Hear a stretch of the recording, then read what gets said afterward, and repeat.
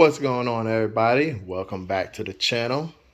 RC Pilot Will here with another RC EDF jet review slash setup.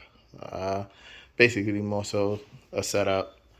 So I had a couple of guys that I fly with at my field asking me about the setup for this beautiful, sadly to say discontinued now, Sukhoi Su30 by Eflite. And so the reason why they're asking me about it is because some of the guys have been having a hard time. And I know some of you guys out there too probably been having a hard time with this jet, getting it off certain terrains, grass mostly. Doesn't like grass like that at all. So it takes it a while to run on grass before it's up in the air. Well, you only got 3 minutes, even on a 5,000 milliamp hour pack, which I run 52 milliamp hour Z packs in this. And so it's basically, of course, we probably all already know exactly what the problem is with this. It's basically the gear. The cover that goes over the gear.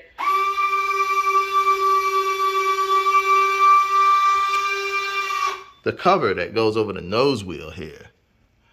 So, first thing I want to say on that is you're gonna have to remove that if you ever want this thing to get off on grass. You can see where I was flying. A little bit of spider webs was on the ground, so still got them on there. Need to dust this thing off. But yeah, so you want to remove that wheel cover. If not, just trim it back. I just decided to go ahead and completely remove it because I just don't want any drag on that wheel while it's trying to get going. The wheels themselves, they're ball bearing wheels in the mains, so they spin really well. There's no problem with the wheels spinning as far as of any drag on that with them rolling or whatnot, any roll resistance, very little. I mean, there's always going to be some kind of resistance, but that's for the most part what I did to be able to get it off the ground. Another thing that I've done was when you set this bird up, you definitely want to use an 8-channel receiver. So you want to use an 8-channel receiver, and you want to set this up for tailerons and flapperons, of course, so that you can get the ailerons to work as flaps, help you gain that extra lift and get off the ground good. So definitely want to use an 8-channel. Of course, you can see I'm running telemetry for the voltage. You definitely want to have those call outs for this thing.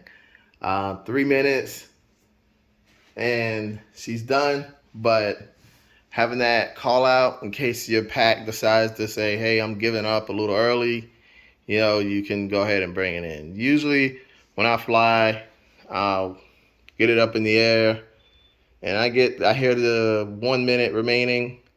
I'm getting ready to come in for landing. I don't wait for that 3 minute mark and then come in for a landing, because if I need some go arounds, I need to be able to go around. You guys seen in one of my shorts, I've had a mishap with this plane before, and it bounced in because I was trying to come in, and it wound up bouncing, and I had to give it power to help save it, so to prevent it from just becoming a catastrophe and completely just ruining the fuselage. Winded up suffering damage to the pin for the nose retract. So surprisingly, they don't sell that pin separately. So I had to buy the whole, well, not the whole nose retract, but I had to get just the retract itself, and the pin comes with it. to take care of that as far as that problem went. Also, my nose cone wound up breaking, which I still have here, and what else? The gear door, the nose gear door tore off. So, but the rest of the plane wound up being fine. Didn't have any issues with the rest of the plane.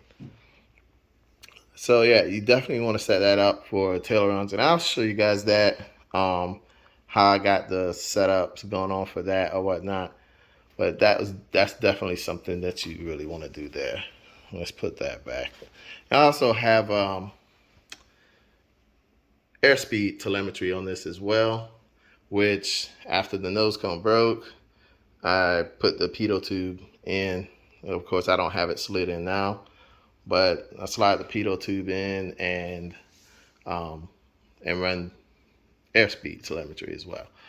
So just kind of trying to get the most out of it. Okay, so we talked about the landing gear. We talked about having an 8-channel receiver so you can set it up for flapperons, tailerons, because like I said, you definitely want to have that. And take off flaps. Let's roll it around here so you can see. 3 strikes. So the way I set my transmitter up to get this to happen was I used the flapperons, of course, and then I used tailerons for the setup on the tail. But in my mixing, I went into the mixing and I set on the switch for my flaps. So whatever switch you use for your flaps, I set the switch on the flaps for to basically, so you can see I basically have very little movement there. Well, no, hold on, something's not right. I got something wrong. Landing flaps. Yeah. So you see on my landing flaps, I got very little movement going on. On my takeoff flaps, I didn't set it up on that. Takeoff flaps. I kind of just was like, okay, I'm just taking off. There's no need for really all that. But on my landing flaps, you saw that little jump. It's kind of just locking it into place there, not allowing it to move much. So that way you don't wind up dealing with adverse yaw whenever, you know, if you hit the landing flaps and the plane's not level and you need to level it out, you can level it out with the tail and not have to deal with that adverse yaw of having the ailerons move as well as your tailerons moving while you got it in flaps and you got your air brake up, and now you just got a whole bunch of unwanted movements going on, and it just makes it that much harder to land. Retracting air brake. So retracting flaps. So yeah, so basically you just want to, and I'll show you what I did in the mixing for that here in just a moment. We'll finish talk about a little bit more about the upgrades I've done here. So another one of the things I did do, of course, was the Cyclone Thrusters. And then y'all probably saw that light flickering in the corner. So I did do the Cyclone Thrusters. I'll just kind of give a little run up.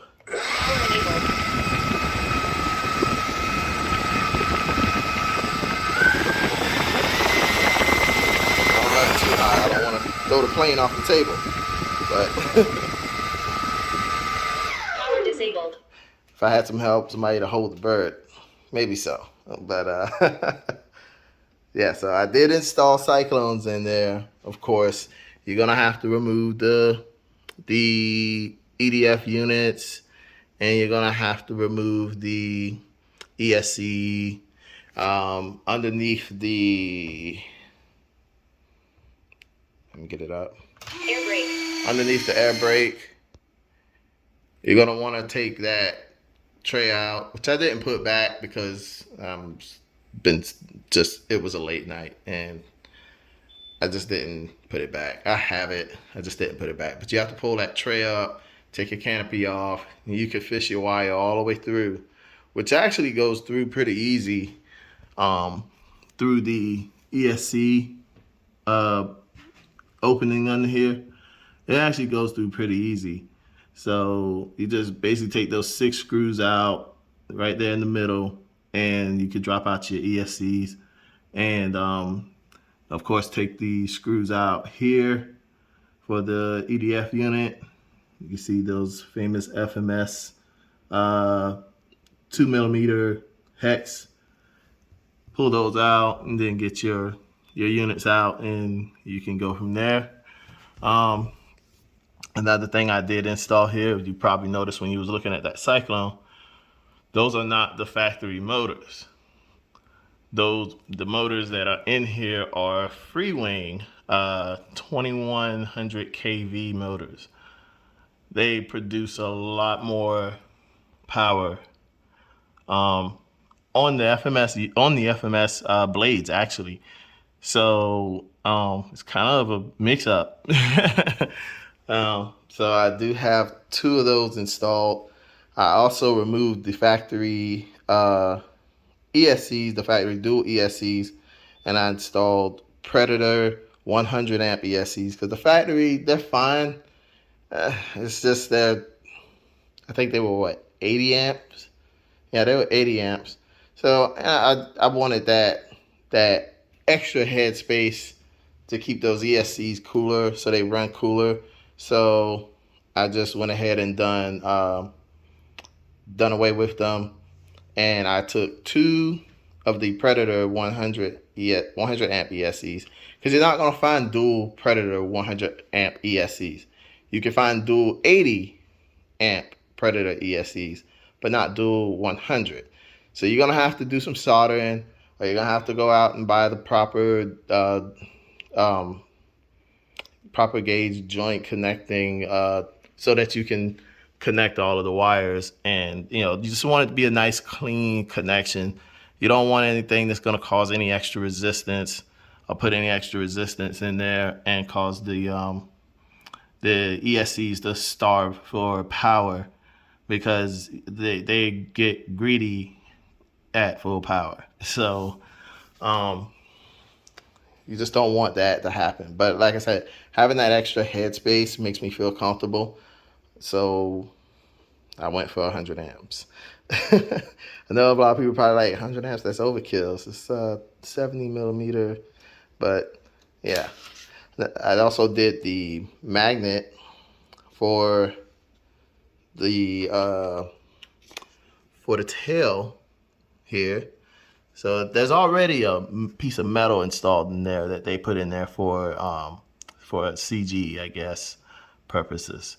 So I just, instead of gluing this on, which I did glue it on one time before, but I went ahead and did away with that, and because it just makes it harder when you're carrying it around. And you got this, look at how long this tail is on here. You're carrying that around, and you're trying to make sure you don't bump your stabilators. You're trying to make sure you don't bump your vertical stabilizers, and then you got this thing hanging out back. It's like you got to watch out for everything now. You already got to worry about going through the door and knocking off all of your control surfaces. But now you also got to worry about going through the door and ducking low enough, because this bird is pretty big. It's a big bird. And having this extra, I don't know, I want to say about 3.5 to 4 inches, maybe 4 inches, sticking off the back, that can be a little nerve-wracking. Plus, it makes it a little easier to carry when this is out, and you can grab it in that cup right there and just kind of help you to carry it. So let's talk about the mixing here. So let's see if, remember last time I did this, it didn't want to focus well. So let's see if we can get it to focus a little bit.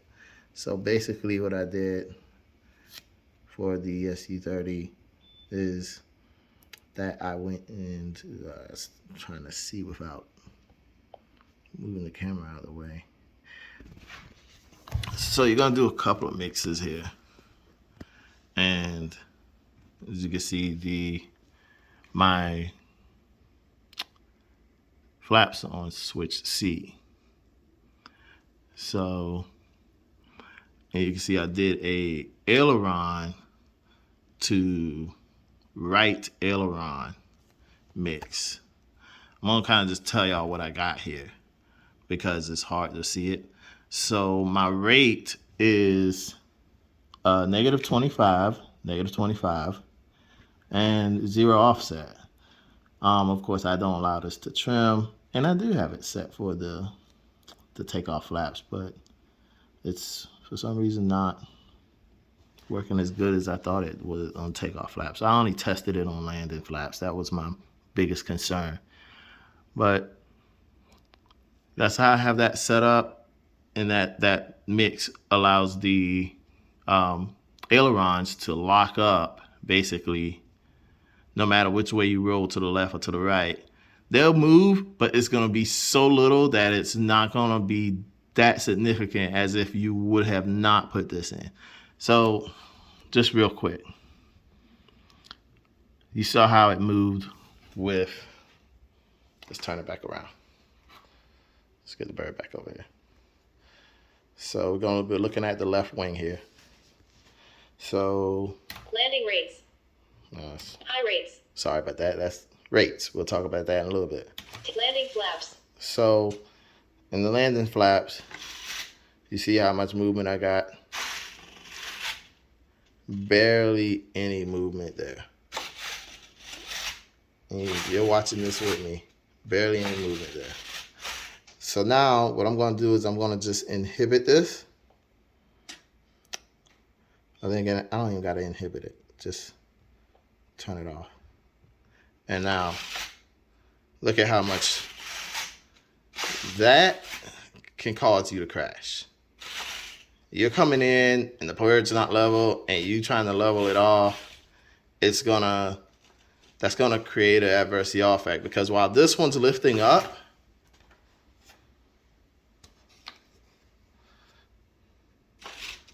that one's not moving at all. It's still all the way down. And so that's going to create more drag on that right wing than the left wing. And it's going to cause the plane to yaw. And, you definitely don't want that, especially if you're crosswind landing. You don't want that to happen. So let's put that back on before. You see here, I'm making my movements and I'm not getting any movement from the ailerons. So that's basically how you want to set that up so that you don't wind up with any unwanted movements from that. Let's look at my rates here. So we go into the rates, and as you see, I'm running 125 on the rates for the aileron with 50% expo. So I did have more expo in this at first. It was a little too mushy. So I went down to 50% expo on it, and it's right in the perfect spot. Doesn't Retracting flaps. Doesn't kick around too much or anything. It's nice smooth handling, running at 50% expo with 125 rates on the aileron. And this is on my high rates, of course. Normal rates. Which I barely use my normal rates. But I mostly fly my high rates. I'm going to be honest with you. I'd rather have it all and be able to use it than to need it and I got to fumble for a switch to get it. So only switch I want to have to go for if I'm in a situation or a crisis is safe. And I catch myself sometimes when I'm lost in orientation, I go for it quickly. It's by memory, so I don't even have to think about it. Moving on to the elevator. Same thing here, 125% on the rates, high rates, 50% on the expo. And, of course, I use switch D, which I know a lot of people use switch D for the flaps. And, they use switch C for other things. You know, switch A people use for safe. I prefer switch A to be my gear. You know, so that's basically how I have that set up. Of course, switch F up here, which is for my speed brake, and there's a lot. You know, it's out the box. They tell you set the speed brake up as flaps because there is no flaps on this plane. So you want to set that speed brake up separately. That's why you want the 8-channel. So you can put that speed brake on there separately, because in some situations I found I didn't even need it. Like, I mean, it works. Don't get me wrong.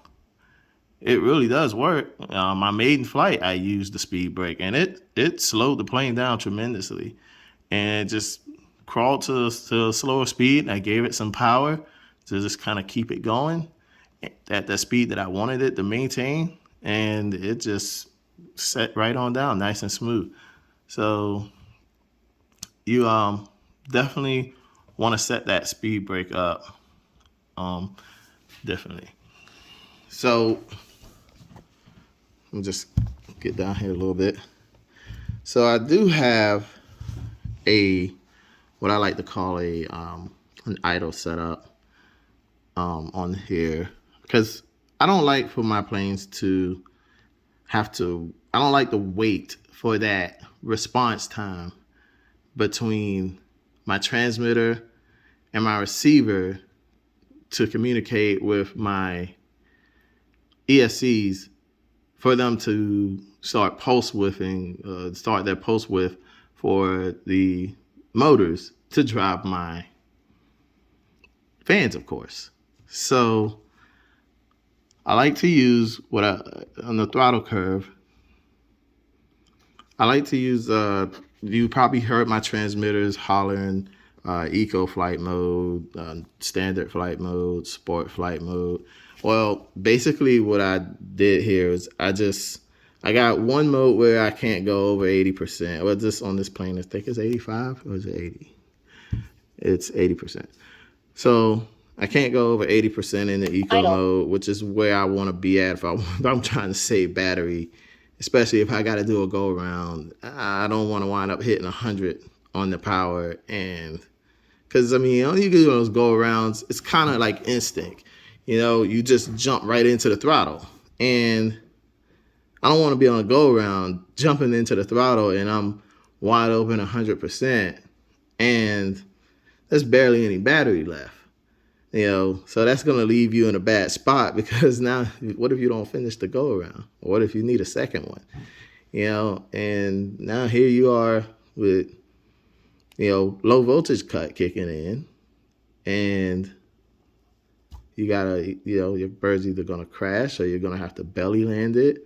You know, it's gonna be dead stick, you know. So, you know, if you got enough altitude between you and the ground, enough space between you, and then you can, you know, possibly belly land it and get it down nice and smooth, you know. Like,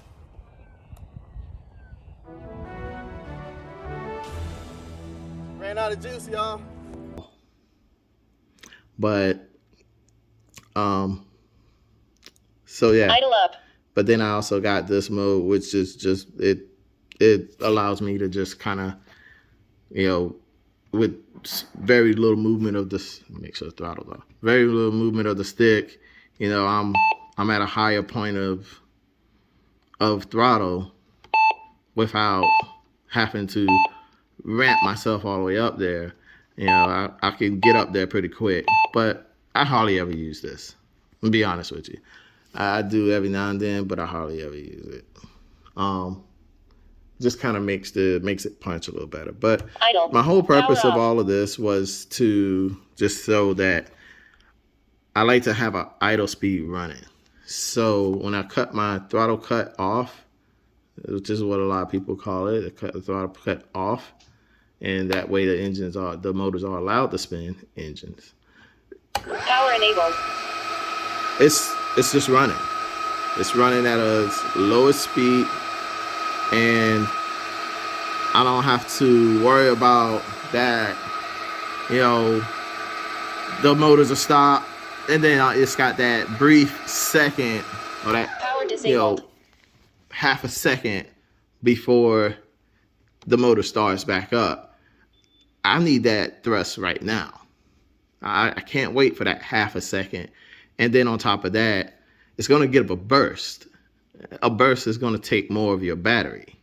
So you're going to lose more battery in a burst. If you think about it like an automobile, being that I'm an automotive technician, you waste more fuel when you start the engine versus letting it run for 2 minutes.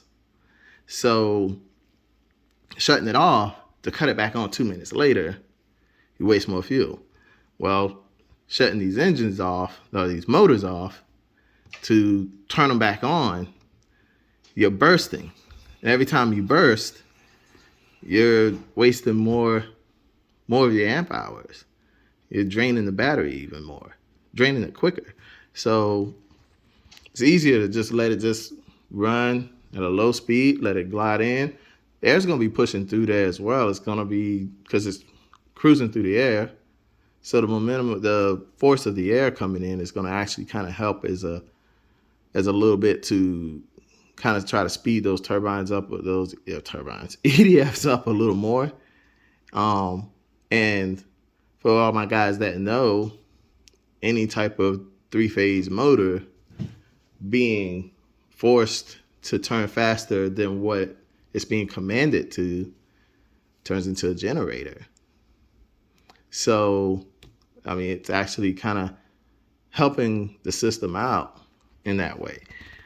And I haven't had any issues with it. I even set that up on my P51 Mustang so that I don't have to worry about that, it just dropping too fast. I got something still going so that it doesn't just fall out the sky. I mean, because think about it, in a real full-scale jet, they're not cutting the engines off and turning them back on and cutting them off and turning them on. And, I like scale. So, that's my thing. Enough ranting. So basically that's about it. I do have intentions of setting up a switch for differential. I don't seem to get any roll issues out of this thing.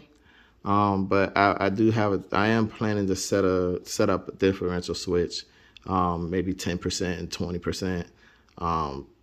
That way, just, so I get that nice, perfect corkscrew, kind of like.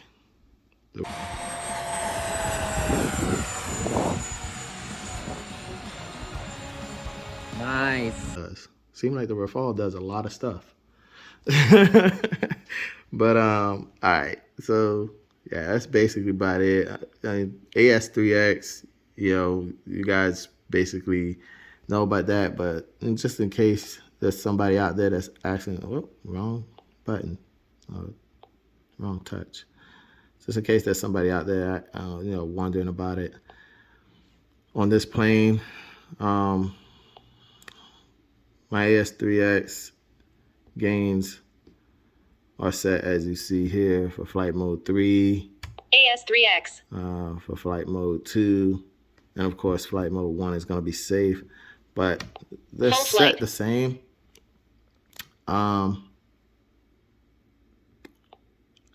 Like I told you in my last videos, with the video with the Rafale, I have it set up on the knob so that, AS3X. Yeah, I have it set up on the knob because when you heard it say full flight, that's no AS3X, no gyro, no nothing.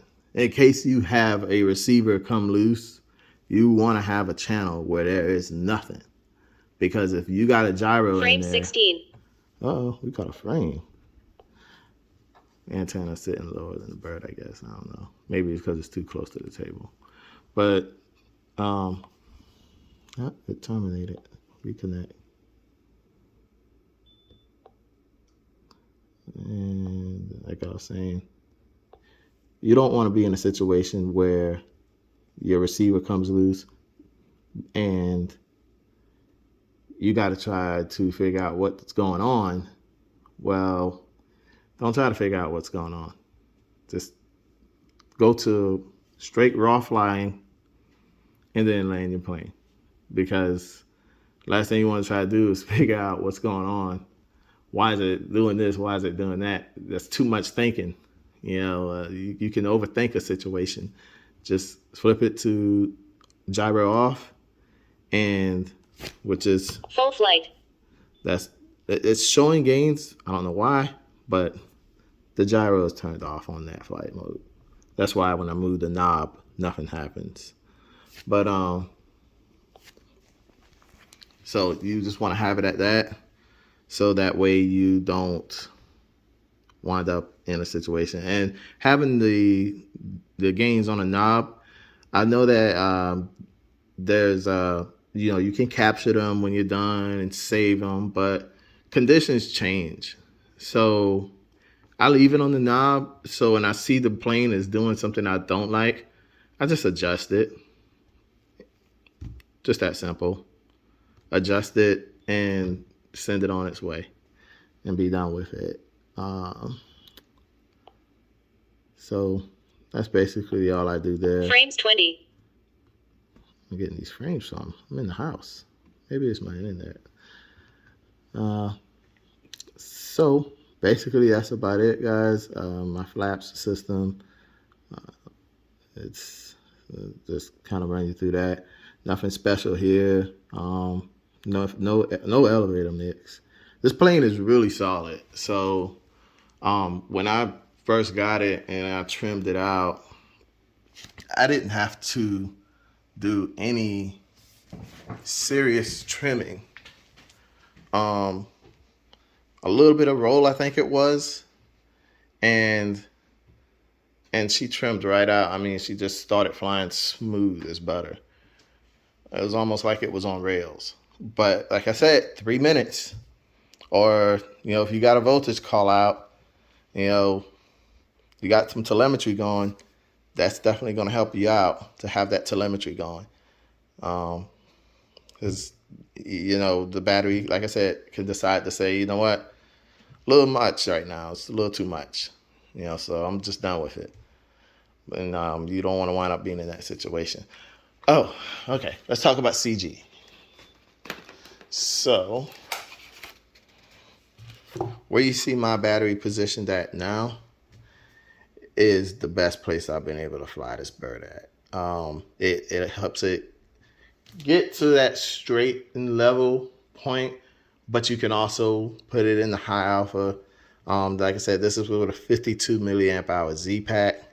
I'm trying to show you about how much gap I got in there. That's probably maybe about a 1/4 inch gap in between the front of the plane and I only wound up using one scrap. Guys,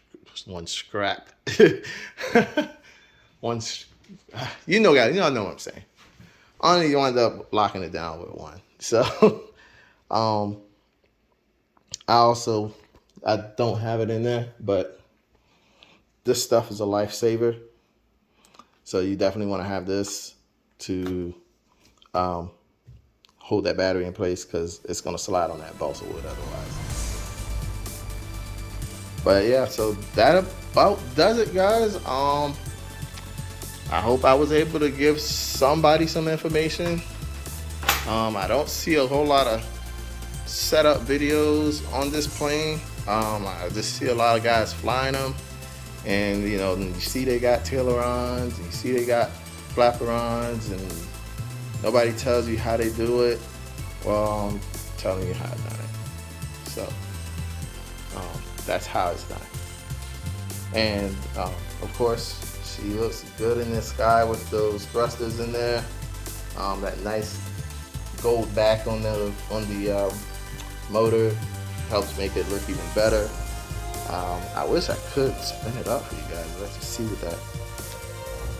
Oh, let's see. Maybe I can hold it here. Let's see what that Cyclone looks like.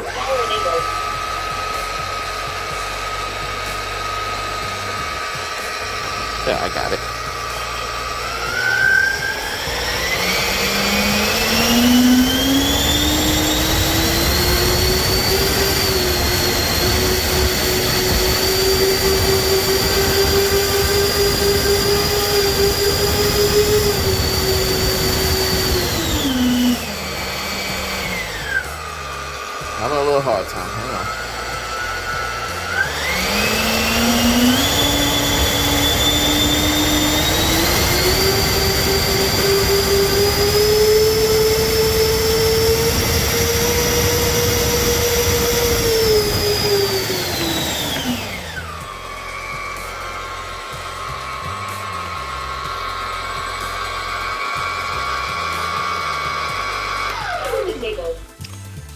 said, I did the best I could being one person trying to hold it in, run it up at the same time. So yeah, but that's what those Cyclones look like, man. They're sick. I like them. I love them.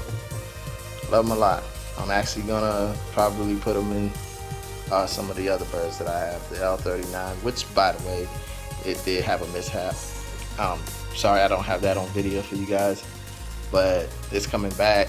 Had a glitch out at the field, and it just coming through on a low pass, it just completely glitched out. I mean, plane was so close to me I could touch it. It glitched out, rolled over, fell and hit the ground. Loudest thing I ever heard. As far as the RC planes go, foam RC planes. So yeah, and so well, it'll be back up and running in no time. Got stuff on order. All right, guys. Well, thanks for watching. Like and subscribe. RC Pilot Will out.